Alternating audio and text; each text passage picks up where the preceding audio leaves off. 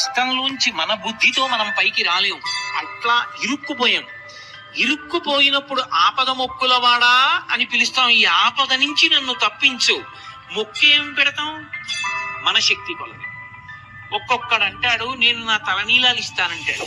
ఒకడంటాడు కొండకి నడిచొస్తానంటాడు. ఒకడంటాడు స్వామి నీ హుండీలో 5 రూపాయలు వేస్తానంటాడు. ఇప్పుడు వీటిని మొక్కులు అంటారు. మొక్కు అన్న మాట మీరు జాగ్రత్తగా గమనించాలి.